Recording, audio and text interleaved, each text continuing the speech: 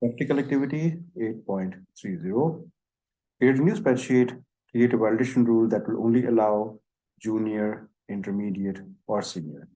Add an appropriate message to it. So what we need to do is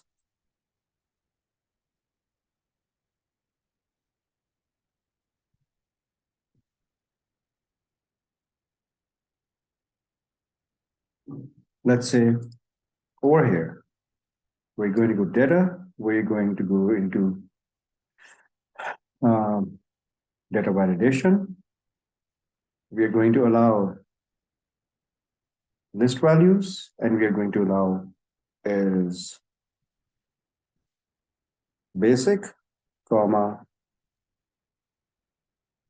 intermediate, comma, advanced. So this is how we can do it. If you want an appropriate error message, so let's say, as per the question, more than this or this, set up an appropriate message. So you can simply come here and you can come over here in error alert, and you can say is enter the right data. And here you can say is enter only basic or intermediate or advanced, right?